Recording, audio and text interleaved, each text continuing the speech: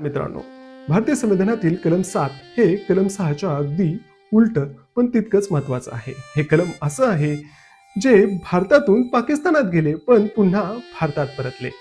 फाळणीची अधिकृत घोषणा होण्यापूर्वीच अनेक लोकांनी भारत सोडला आणि ते पाकिस्तानात गेले. पण तिथे गेल्यानंतर त्यांना जाणवलं की त्यांचं घर भारतात आहे आणि आपल्याला मायदेशी परतायचंय. अशा लोकांसाठी आपलं संविधान काय म्हणतं, चला जाणून घेऊया कलम 7 बद्दल.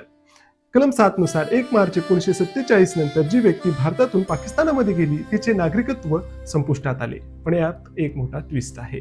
जर ती व्यक्ती पाकिस्तानामधून पुन्हा कायमस्वरूपी वास्तव्यासाठी भारतात परतली तर तिला पुन्हा नागरिकत्व मिळण्याची संधी देण्यात आली.